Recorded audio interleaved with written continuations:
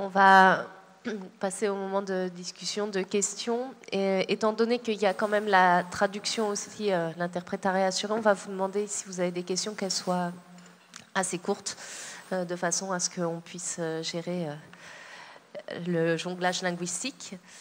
Et on se... Vous voulez qu'on fasse plusieurs questions? Vous répondez après ou... Non, une par une pour la traduction. On passe le micro? Ouais, tu veux. Bonsoir, merci beaucoup pour ces interventions. Moi, j'avais une remarque et une question pour Geneviève Pruvot. Donc d'abord, une remarque, j'ai trouvé super intéressant ce que vous disiez sur l'invention de la femme au foyer, parce que moi, j'enseigne le genre, le travail, la révolution industrielle, tout ça. Et du coup, je remarque que c'est très difficile de faire saisir ça aux étudiants. Et je me dis que l'attraction de cet idéal un peu féministe capitaliste, il vient aussi du fait qu'il y a la croyance que la femme au foyer, c'est quelque chose d'éternel. C'est la figure du patriarcat. Et en fait, c'est une figure hyper contemporaine. Et c'est important de l'historiciser, quoi. C'est super intéressant. Et une question par rapport à l'actualisation de ces pensées élaborées dans les années 70, comme on l'a vu, c'est... quelles sont les perspectives et les imaginaires politiques qu'on peut construire en termes justement de genre? Vous avez parlé de dégenrer, vous avez aussi parlé d'équité, c'est pas la même chose exactement. Et voilà, moi c'est ça qui me pose question en fait.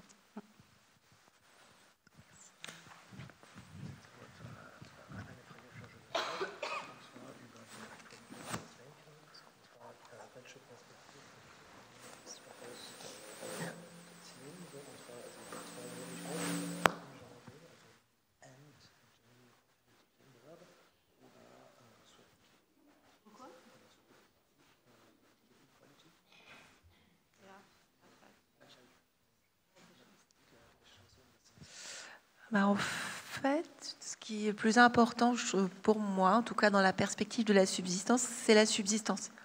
Ensuite, les mains, l'organisation du travail, la subsistance et le fait que nul n'y échappe. Il n'y a pas d'échappatoire. Ce n'est pas, on ne peut pas envisager une division du travail qui permettent à certains de s'exonérer de ce travail de subsistance. Et quand les féministes disaient tout le monde doit faire du travail domestique, là, ça s'étend, c'est faire du travail de subsistance. Et donc, ça c'est la base de mon point. Voilà. Parce que c'est effectivement le creuset des privilèges. Et ça réitère une division du travail entre travail manuel, travail intellectuel aussi. Et d'autant plus qu'il y a urgence. Puisque vu l'éradication des savoir-faire de subsistance, on ne peut pas demander à des néo-paysans, des néo-paysannes de vraiment incarner notre rêve de société relocalisée pendant qu'ils s'épuisent, parce qu'elles s'épuisent parce qu'elles sont pas, et ils ne sont pas assez nombreux et nombreuses. Donc là, il y a vraiment une question de seuil critique qui est même, qui est là une responsabilité collective. Et donc moi, je mets tellement au cœur le principe de remettre en route avec les moyens du bord, les collectifs qu'on peut ou qu'on ne peut pas, à l'endroit où on est, de la subsistance, que ensuite, que ce soit des terres féministes, lesbiennes, séparatistes au fin fond de l'Oregon, que ce soit ma grand-mère qui continue à faire son potager dans un système patriarcal traditionnel, mais qui est reconnu malgré tout et qui se fait certainement pas battre par le grand-père, ça quand même c'est super important, ou que ce soit des communautés éco-queer qui vraiment s'intéressent à brouiller toutes ces catégories, ou alors des couples hétéros. Enfin, là, moi, je me pose la question dans l'autre sens, qui est de qui fait quoi, comment, quand, et avec quel collectif, et quel est là le collectif qui va permettre déjà de ne pas, empêcher que la subsistance se développe d'une manière très puissante pour un grand nombre de configurations. Parce que moi, comme j'ai fait beaucoup de récits de vie, il y a vraiment des gens, voilà, c'est pas pareil quand on a 18 ans, quand on a 25 ans, quand on a 50 ans, quand on a 70 ans. Et donc ça, c'est des choses, des éléments assez importants dans la prise en compte. Et je pense que du coup, ce rapport-là au travail, ça crée quelque chose qui qui, à mon avis, est en capacitant pour un grand nombre de personnes à partir du moment où il y a un principe de redistribution de ce travail de subsistance.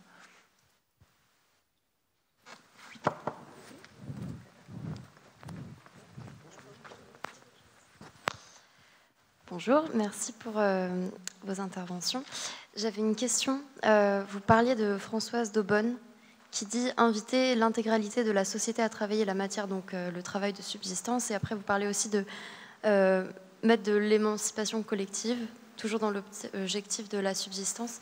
Je me pose la question pour les personnes qui ne sont pas valides. Je pense aux personnes qui sont malvoyants, qui sont en fauteuil ou alors qui ont des incapacités peut-être psychologiques aussi. Quelle est la place pour ces personnes qui auraient aussi envie de faire ce travail de la subsistance, mais qui, pour des moyens qui leur échappent, ne peuvent pas voilà. Quelle est la place des personnes invalides dans la subsistance? Merci. La sollicitude pour soi, le fait de prendre soin de soi, de faire attention à sa subsistance, inclut forcément le fait de prendre soin de la subsistance des autres, qu'il ne faut pas séparer les deux. En fait, dès qu'on est dans la subsistance, parce que la subsistance a forcément une dimension collective, elle est basée sur une action, sur une activité commune, personne n'assure sa subsistance soi-même, et donc on a forcément cette attention aux autres, et en fait même à l'ensemble des êtres vivants, et donc aussi aux personnes qui sont handicapées. Ça fait partie du travail de subsistance, de s'occuper de prendre en charge des personnes qui doivent être prises en charge, donc il faut prendre en charge la subsistance. Voilà, les êtres humains appartiennent toujours les uns aux autres. Voilà. Bonsoir, merci beaucoup pour vos présentations. J'étais très surpris de ne pas entendre une seule fois dans les présentations le terme de propriété privée, qui me semble être au cœur de tout le problème. On n'arrête pas de nous bassiner avec du grand emplacement, mais on vit le grand accaparement. Donc voilà, et c'est alors vous citiez Wallerstein, et voilà, il y a des gens qui ont déjà réfléchi depuis longtemps, et je pense que la dimension coloniale est fondamentale, mais finalement la propriété privée existait déjà auparavant. Alors comment on pense depuis la théorie de la subsistance et le féminisme de subsistance, cette question de la propriété privée? Ich glaube, das hängt auch mit der Frage von eben zusammen. Wir haben natürlich eine historische Frage, eine Frage über unsere Zeit von heute und das, was uns beunruhigt. Und von da ausgehend ist es ja also auch das Anliegen von Wallerstein, uns zu erklären, wie kann das denn gehen, dass elle s'est référée à Emanuel Wallerstein et en parlant du fait de se demander pourquoi le travail de subsistance est invisibilisé, alors parfois redevient un tout petit peu visible et puis est à nouveau complètement invisibilisé, et que son explication c'est en fait la flexibilisation du travail qui est au cœur du capitalisme. En fait, la dégradation des conditions de travail est intimement liée avec le fait d'invisibiliser justement tout ce travail de subsistance, et d'invisibiliser l'importance des communs, des formes de propriété collective au profit d'une propriété privée qui en fait qui est aussi à la base de la destruction de la subsistance. Ja, ich habe es verstanden, aber das ist ja gerade der Zusammenhang mit dem Privateigentum, dass es ermöglicht, dass es diese Flexibilität, dieses Hin- und Herschieben dessen, was notwendig ist für das Leben, dass das unter diesem Dach passiert, des Privateigentums, und das ist sein Argument. Das Argument von Wallerstein, der sagt, weil genau das Privateigentum unsere Form des Besitzes ist und nicht der Commons, ja, ist es möglich, dass wir so wenig Aufmerksamkeit haben auf dieses flexibel mal nehmen, mal hineinschieben in die Unsichtbarkeit dieser Subsistenzarbeit. Das ist Households on the World Economy. Oui, puisqu'en fait, quand on parlait la maisonnée, si comment dire, c'est la mise en commun précisément d'un outil de travail et de terre, et c'est ça qui est parfois compliqué, même, et là, il y a des travaux d'historiens et d'historiennes, mais que parfois on a une propriété qui peut sembler individuelle, mais dont en fait l'usage est collectif. Et ça aussi, c'est assez compliqué et qui n'est pas divisible même. Parce qu'en fait, sinon, la maisonnée et le système de subsistance qui va avec ne fonctionnent plus. Si la forêt est divisée en entends de languettes et de parcelles qu'il y a d'héritiers. Et donc, ce qui est assez intéressant dans cette forme-là, c'est que ce qui se transmet, c'est donc pas une propriété, mais un atelier de subsistance commune qui pourrait avoir un assez grand nombre de contributeurs et contributrices. Donc je pense qu'à partir du moment où on a ce prisme-là, ça permet de voir aussi comment des formes de propriété collective ont pu persister malgré l'introduction de la propriété privée qui définitivement, enfin concrètement, vient totalement démolir ce système de mise en commun. Et alors le paradoxe quand même, c'est qu'effectivement aujourd'hui, pour avoir des petits bouts d'interstice de ce qui reste dans les grands propriétaires fonciers qu'on a, c'est qu'on doit avoir des petits bouts de propriété privée et qui de toute manière sont tellement isolés encore d'autres qu'on n'arrive pas à reconstituer des territoires de subsistance un peu conséquents, quoi. Donc c'est une guerre qui est menée contre l'accaparement des terres par aussi la propriété du coup, même s'il y a plein de formes de propriété collective et de manière de sortir de cette forme juridique. Mais malgré tout, moi, ce que j'ai observé quand même dans mes terrains d'enquête, c'est que le moyen le plus rapide pour prendre un terrain, c'était du coup la propriété privée. Véronica voulait ajouter quelque chose. Voilà, c'est que la guerre contre on ne peut pas penser la guerre contre la subsistance, l'élimination de l'ensemble de ces pratiques de subsistance, sans se référer au processus des enclosures. En fait, c'est complètement lié à ça. La guerre contre la subsistance, le développement du salariat et la fin des formes de propriété communale des communaux. Voilà. Et la femme au foyer, bien sûr. Excusez-moi. La femme au foyer enclose.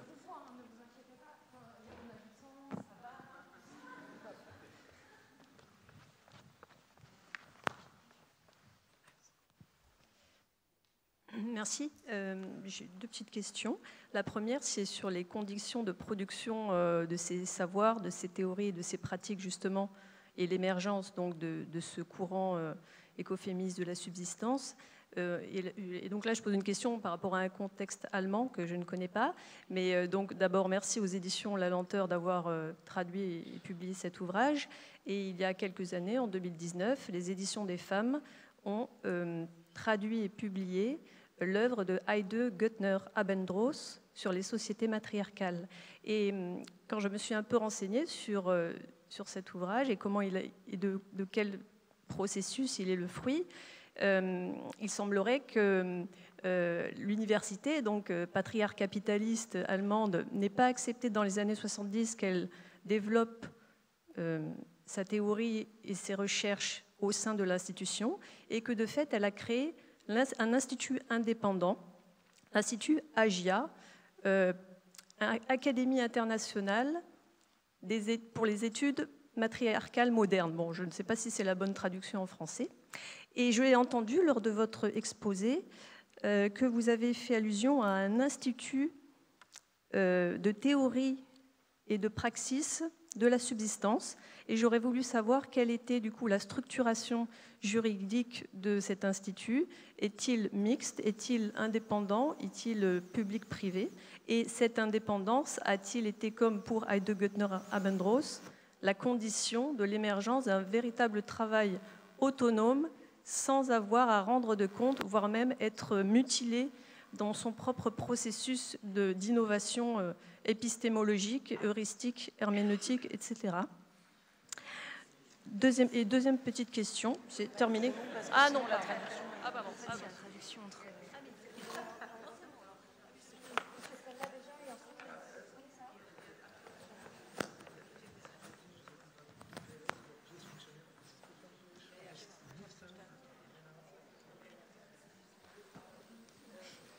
Alors, oui, elle a commencé à répondre là, en effet sur le travail que tu as mentionné de Abendroth, sur donc, les sociétés qu'elle appelle matrifocales, ou qu'on peut appeler aussi matriarcales. Et donc elle a fait un travail fantastique dans l'institut qu'elle a fondé, qu'elle a auto-fondé et qui était autonome, qui s'appelait AGIA, parce qu'en effet, elle avait été exclue de l'université, comme vous l'avez dit. Et donc, elle aussi, elle a dit, elles aussi, les théoriciennes de Bielefeld, moi aussi notamment, et Suzanne, ici présente, ont dû avoir la même stratégie. Elles ont fondé un institut autonome qu'elles ont appelé institut justement pour essayer d'avoir un minimum de financement, mais elles ont dû le faire en dehors de l'université en ayant très très peu d'argent.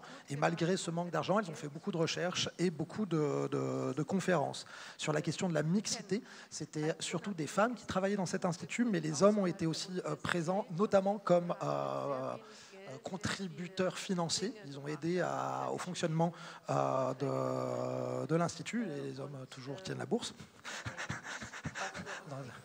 Comment ? Non, ils ont aidé.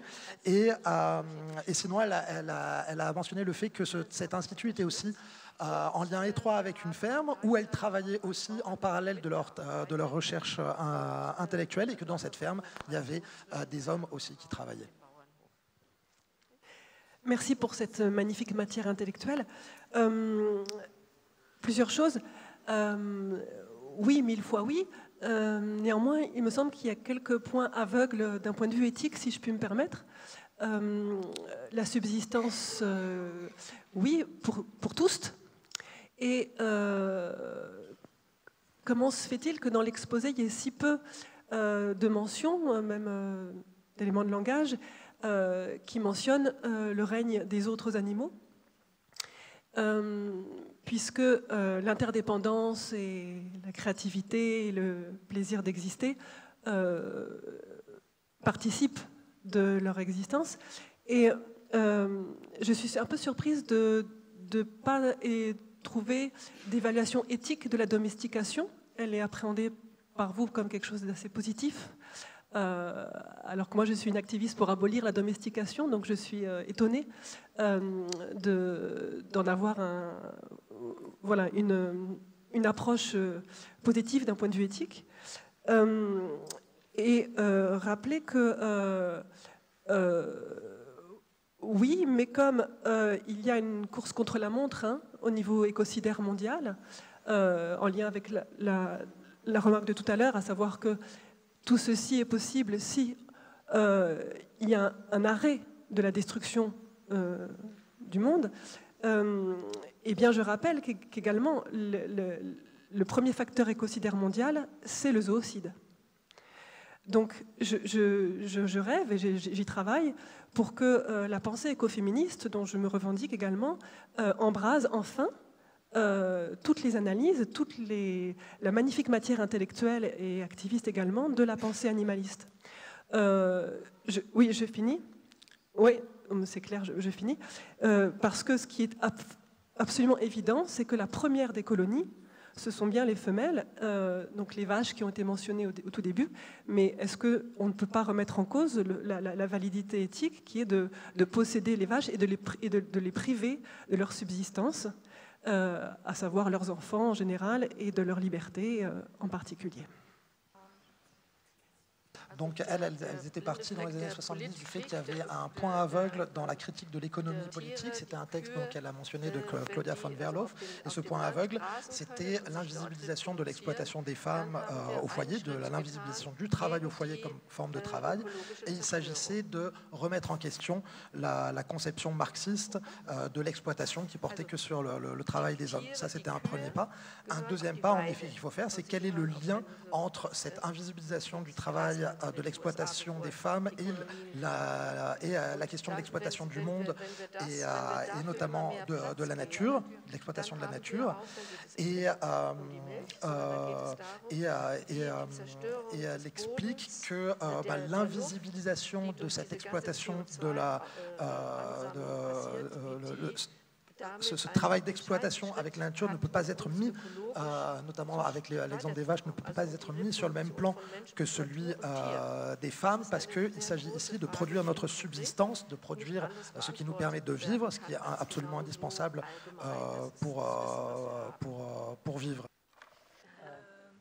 Ce qui est intéressant dans les textes écoféministes, c'est qu'ils reviennent beaucoup sur le passage du paléolithique au néolithique, et donc la domestication des animaux. Et là aussi, en termes d'imaginaire, ce qui est assez intéressant, c'est que c'est un imaginaire féministe qui précisément présente donc cette fameuse domestication comme le début de la domestication humaine, en fait, aussi. En domestiquant les animaux, et le rapt des femmes, etc., et la domestication des femmes qui vont être enrôlées, encore une fois, exploitées comme ces animaux. Et donc, c'est intéressant de voir comment la figure du coup des chasseurs-cueilleuses, chasseurs-cueilleurs, chasseuses-cueilleurs va émerger comme une figure positive de ce mouvement-là, et voire même va contribuer à destituer la figure symbolique du chasseur comme étant indispensable, aussi bien dans l'imaginaire des sociétés, mais aussi dans le régime même alimentaire de certaines sociétés ce qu'elles vont appeler pré-patriarcales. Donc il y a une véritable réflexion de ce féminisme-là sur le passage à l'agriculture et à la domestication. Ce faisant, les imaginaires, il faut se dire, voilà, réouvrir les imaginaires et les recherches aussi préhistoriques sur cette dimension-là, avec une approche féministe, attentive aussi à l'exploitation animale. Qu'est-ce que ça ouvre pour le futur? À partir d'où on parle? De quelle société? Quelle organisation sociale? Et on va pas. Voilà, et là, c'est encore un autre programme. Et évidemment, il y a toute une gradation dont vous faites partie, et qui fait qu'il y a des écoféminismes véganes, et il y en a d'autres qui sont végétariens et d'autres moins. Mais il me semble qu'en tout cas, une grosse partie de ce mouvement va partager la base dont je viens de vous parler, historique, préhistorique en l'occurrence. C'est une chance aujourd'hui que l'écologie, le discours écologiste et les problèmes écologiques à l'échelle globale mettent au cœur de la problématique écologique la question de la réduction du CO2, car celle-ci n'est possible, implique en tous les cas une remise en question aussi de toutes les formes d'industrialisation de l'élevage, et que notamment des vaches qui sont mises à l'herbe, qui peuvent paître dans un pré, dans une prairie, c'est beaucoup moins grave en termes de CO2 que des vaches qui sont enfermées dans des bâtiments et qui sont élevées en batterie. Et donc derrière la perspective de subsistance, il y a aussi l'invitation à développer un autre rapport aux animaux. Alors c'est pas un refus de toute forme de domestication, mais c'est une attention à des différentes manières de traiter les animaux. Merci. En fait, je me demandais au début comment on pourrait réintroduire cette subsistance dans les villes, et est-ce que on est quand même beaucoup à vivre en ville, est-ce que c'est compatible avec la vie en ville? Et découle de ça un petit peu, est-ce que vous pouvez donner des exemples de lieux que vous avez visités pour votre enquête?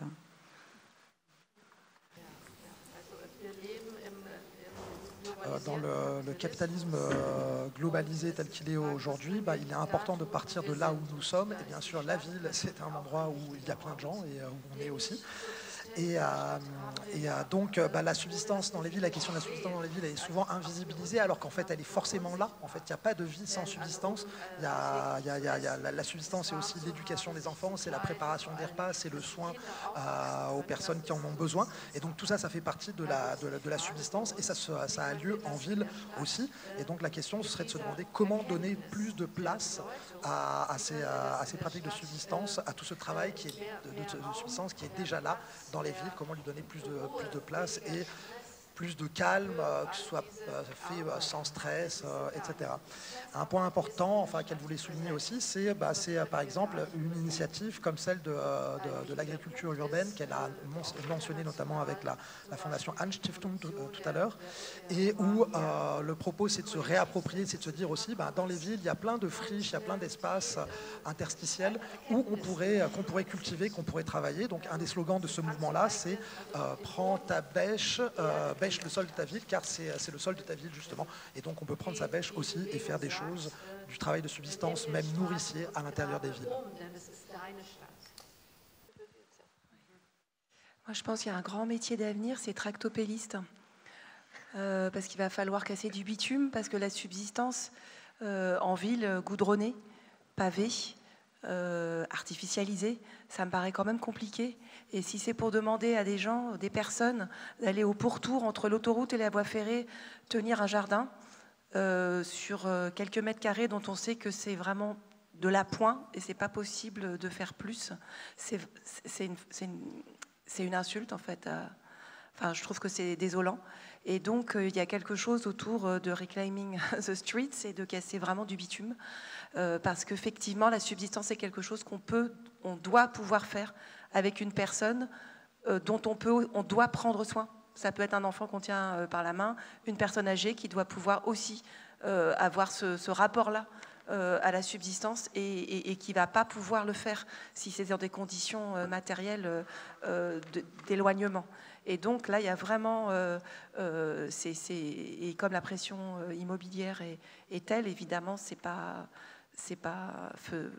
à l'actualité, dans l'actualité de la métropolisation, mais du coup, ça invite aussi à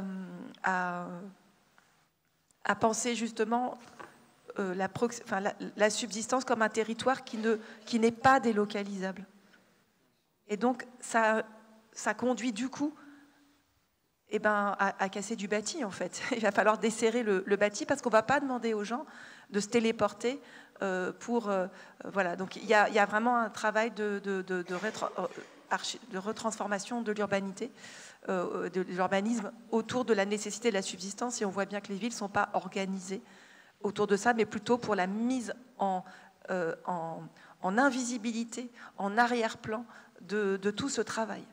Et donc, c'est une autre forme de ville, en tout cas, et ça n'empêche pas des circulations intermédiaires et d'une coopération très forte entre des ateliers urbains où toutes les cuisines sont potentiellement des ateliers, tous des garages sont potentiellement des ateliers, il y en a énormément, et les semences, les semis là, que tout le monde est en train de faire plein de gens sont en train de faire dans leur appartement, on peut les faire pour... là, ça peut se faire à ce moment-là, cette étape-là, dans du bâti. Et les lieux, je ne dis pas où c'est parce que pour des questions d'anonymisation et que certaines personnes aimant bien, par exemple, ce type d'alternative, y arrivent à trop nombreux et la détruisent en fait. Oui, je voudrais mettre en avant un autre aspect, parce qu'on parle souvent, ce qui est très important, bien sûr, pour la subsistance, de faire des légumes ou de planter quelque chose, mais je voudrais mettre en lumière l'aspect, par exemple, le travail de soins aux autres, qui est bien sûr aussi un travail de subsistance, de s'occuper des autres gens, des gens âgés, des enfants.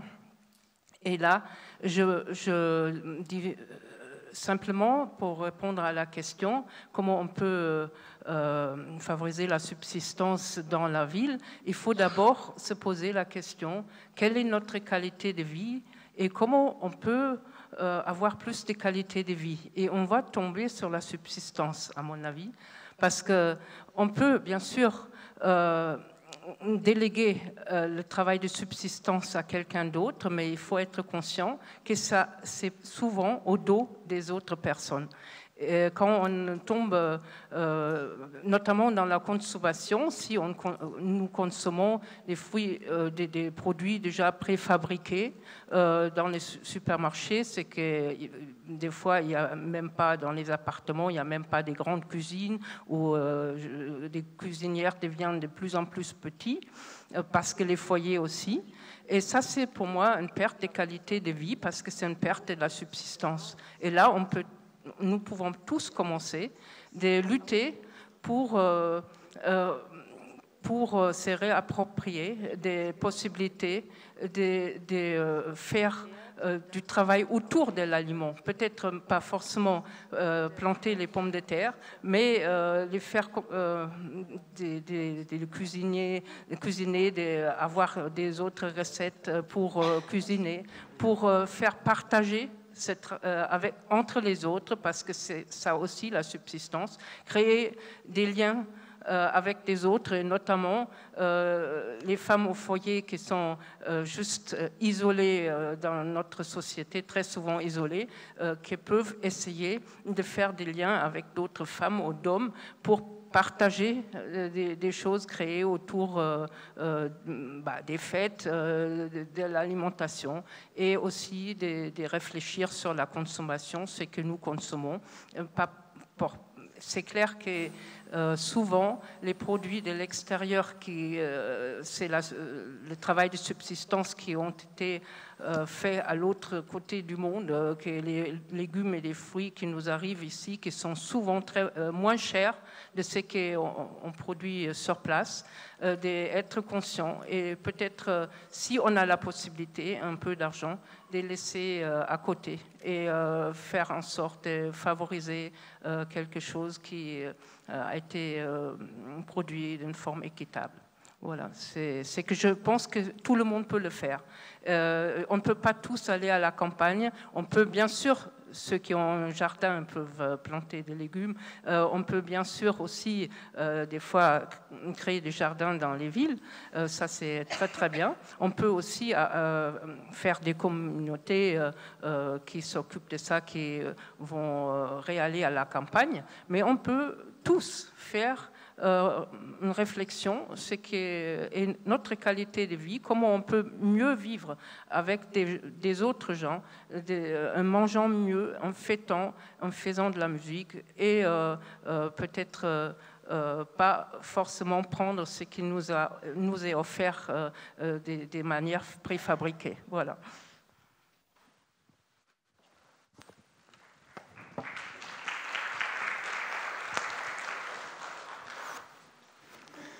Bon, d'abord, je voudrais remercier les éditions de la lenteur d'avoir permis cette traduction 30 ans quasiment après la première parution en Allemagne. Et moi, je suis économiste. J'ai lu le livre. Je voudrais vous remercier, mais vraiment, aussi bien Geneviève, qui déjà nous avait alertés sur toutes ces recherches-là, que le livre lui-même, parce que, c'est ce que je voudrais dire, j'ai vu comment cette perspective de la subsistance vous avez permis, dès les années 70, 80, alors qu'on s'arrachait les cheveux ici, à déconstruire la croissance, à déconstruire le développement. C'était visionnaire parce que tous ceux qui, dans ces années-là, osaient toucher à la croissance et au développement, étaient catégorisés comme ascientifiques, ou je ne sais pas, enfin bon bref, archaïques, archaïsants, voire un peu troubles sur le plan de la pensée, anti-progressistes, anti-humanistes, enfin, etc. Et ça, mais c'est extraordinaire comment votre méthodologie et cette perspective permet, mais très rapidement, de déconstruire tout ça à partir du colonial. Et j'aimerais que vous reveniez sur un point aussi. J'avoue que j'étais sciée en lisant le livre sur les communs. Vous vous êtes emparé de la question des communs très vite, avant même qu'il y ait eu le prix Nobel, etc. Vous avez saisi le texte de Hardin, vous l'avez détricoté, vous en avez fait un texte patriarcal. Moi, je ne l'avais pas vu, ça, quand j'ai lu le texte de Hardin. Pendant des années, je n'avais pas vu du tout ça, pas tout ça en tout cas. Et ce que j'aimerais que vous développiez, c'est par rapport à la propriété aussi. C'est tout ce que vous dites qui m'a vraiment, je peux dire bouleversée. En plus, vu la situation dans laquelle nous sommes, politique, sociale, écologique, etc., c'est la question des communs négatifs. Parce que ça c'est en train d'apparaître dans toute une littérature ici en France il n'y a pas que des communs positifs, il y a aussi des communs négatifs dont nous héritons. Et il va bien falloir faire avec aussi. Il n'y a pas que l'eau pure, etc., etc. Voilà. Donc j'aimerais bien que vous reveniez sur les communs négatifs, comment vous êtes arrivé à théoriser avec les déchets, en fait, cette histoire des communs négatifs. Ich war geneigt zu sagen, ich weiß es nicht. Je ne sais pas. Aber das stimmt ja nicht. Ich Alors elle a commencé elle voulait répondre qu'elle ne savait pas. Mais c'est pas tout à fait vrai, parce que bien sûr c'est quelque chose qui la concerne. Et voilà, toutes ces questions sur la pollution et la surconsommation de l'eau, sur l'appropriation et en fait la destruction des espaces publics dans les villes, notamment par les autoroutes, par les voitures, tout ça c'est hyper important. Et on est particulièrement sensible à toutes ces questions en France, notamment en France et notamment aujourd'hui, avec ce qui s'est passé il y a 10 jours à Sainte-Soline. Néanmoins, pour elle, il est toujours il est absolument indispensable de relier cette question des communs négatifs avec une réflexion et une réflexion sur la subsistance comme politique du quotidien, avec une reconnaissance de la question de qu'est-ce qu'on peut faire au quotidien, qu'est-ce qu'on peut faire ici concrètement, comment se retirer ou desserrer les taux de l'économie sur nos vies et sur notre subsistance. Et ça, ce qui est important, c'est de bien se rappeler que ça ne se fait pas tout seul et que ça se fait avec d'autres, et donc ça suppose des communs positifs. J'ai l'impression que ce qu'elle voulait dire, surtout il ne faut pas se laisser matraquer en fait intellectuellement par tous ces communs négatifs qui nous entourent, et il faut reprendre les choses de base dans nos mains.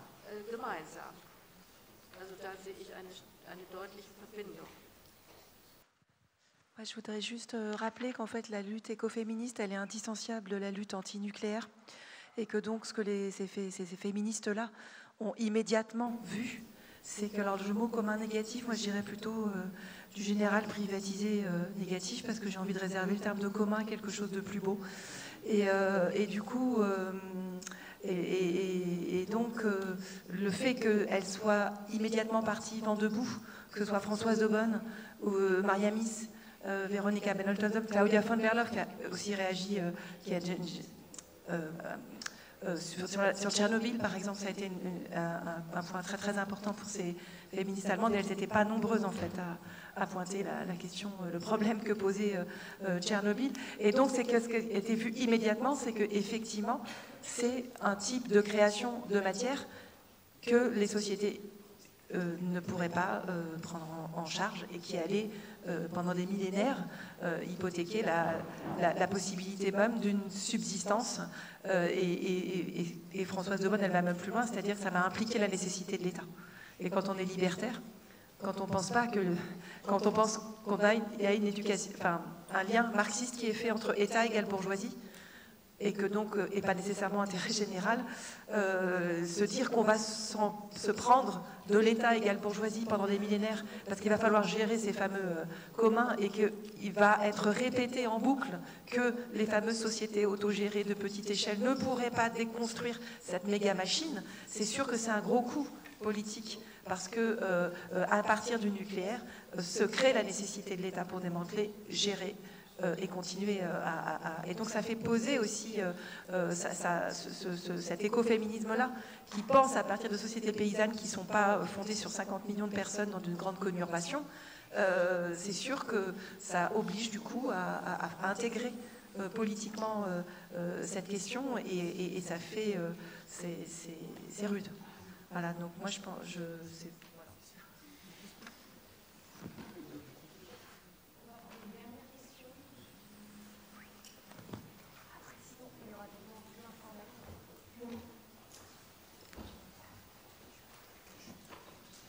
Deux petites questions, qui sont peut-être pas petites d'ailleurs. Voilà. Une qui est très technique, c'est est-ce que les sociétés étudiées sont matrilocales ? Les sociétés étudiées étaient matrilocales. Et la deuxième, si c'est possible de revenir sur votre définition du féminisme comme revendication d'un rapport maternel au monde à l'heure de la reproduction artificielle. Et comment expliquez-vous les difficultés du féminisme à revendiquer ce rapport maternel au monde, bien que la majorité des femmes deviennent mères au cours de leur vie? Wir sind Teil dieser Gesellschaft und ihrer Ideologie und ihres Denkens, und auch Frauen entkommen dem nicht bloß weil sie biologisch Frauen sind, haben sie eine höhere Erkenntnis. Véronica a commencé par répondre à la deuxième question. Donc, comment ça s'explique?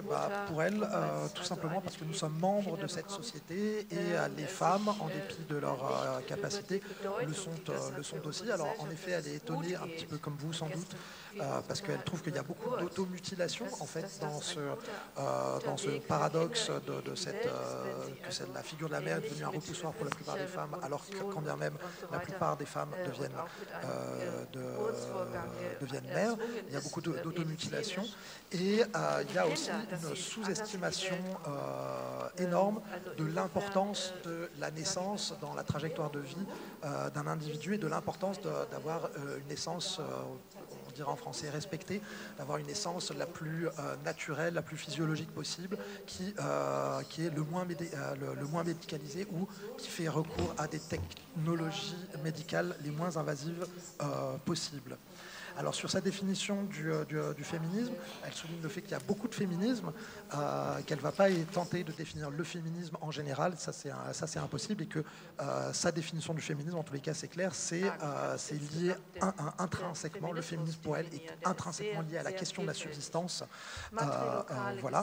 Et sur la question des sociétés matrilocales, elle a beaucoup étudié de sociétés au sud du Mexique, notamment une ville qui s'appelle Juchitán, c'est ça, c'est une société à la fois matrilocale et matrifocale. Et c'est en étudiant ces sociétés-là qu'elle a compris, qu'elle a pu voir concrètement qu'il y avait d'autres rapports possibles au monde, à la société, d'autres rapports possibles à la nourriture que celle qu'elle connaissait, et d'autres rapports aussi à la division des tâches entre les sexes et à la division des sexes. Wie sie anders umgehen mit der Nahrung. Und ich habe das darauf zurückgeführt, dass sie matrifokal ist. Matrilokal, das sind auch die allein, was wir nennen die Alleinerziehenden. Elle rajoute que par exemple, aujourd'hui, il y a beaucoup de mères célibataires, elles sont tout à fait matrilocales, et en général, c'est pas qu'elles font ça toutes seules, mais c'est qu'elles reçoivent beaucoup d'aide, souvent d'une grand-mère qui les aide. Aber vielleicht wissen Sie das zum Teil nicht. Ouais, c'est toujours pour revenir à la distinction du travail ou de l'activité et ensuite de la personne qui accomplit cette activité.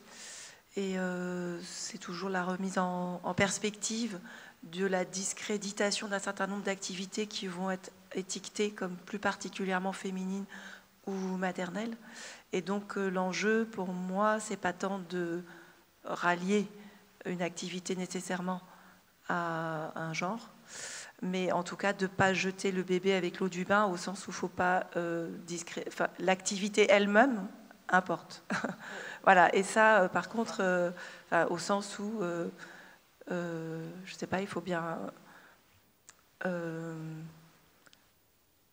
faut bien faire des vêtements, enfin je sais pas, c'est une activité typiquement féminine que le capitalisme a particulièrement délocalisée. Et du coup, la subsistance, ça ne doit pas se poser la question de est-ce que c'était avant féminin typiquement ou pas. C'était de se dire quel type d'activité, quelle autonomie on veut reprendre et se réapproprier. Voilà, donc je pense que quand on raisonne de cette manière-là, ça permet aussi de prendre en considération des personnes pour qui cette activité va être superposée aussi avec des identités de genre plus ou moins fixes. Et ça, c'est une autre question. Mais je ne voudrais pas que ce débat-là nous détourne de l'activité et du type de travail de subsistance. Qui là, il me semble qu'il faut qu'on soit à 1000 bras, 1000 mains, 1000 genres à reprendre de façon très, très, très inventive et créatrice, quoi. Voilà.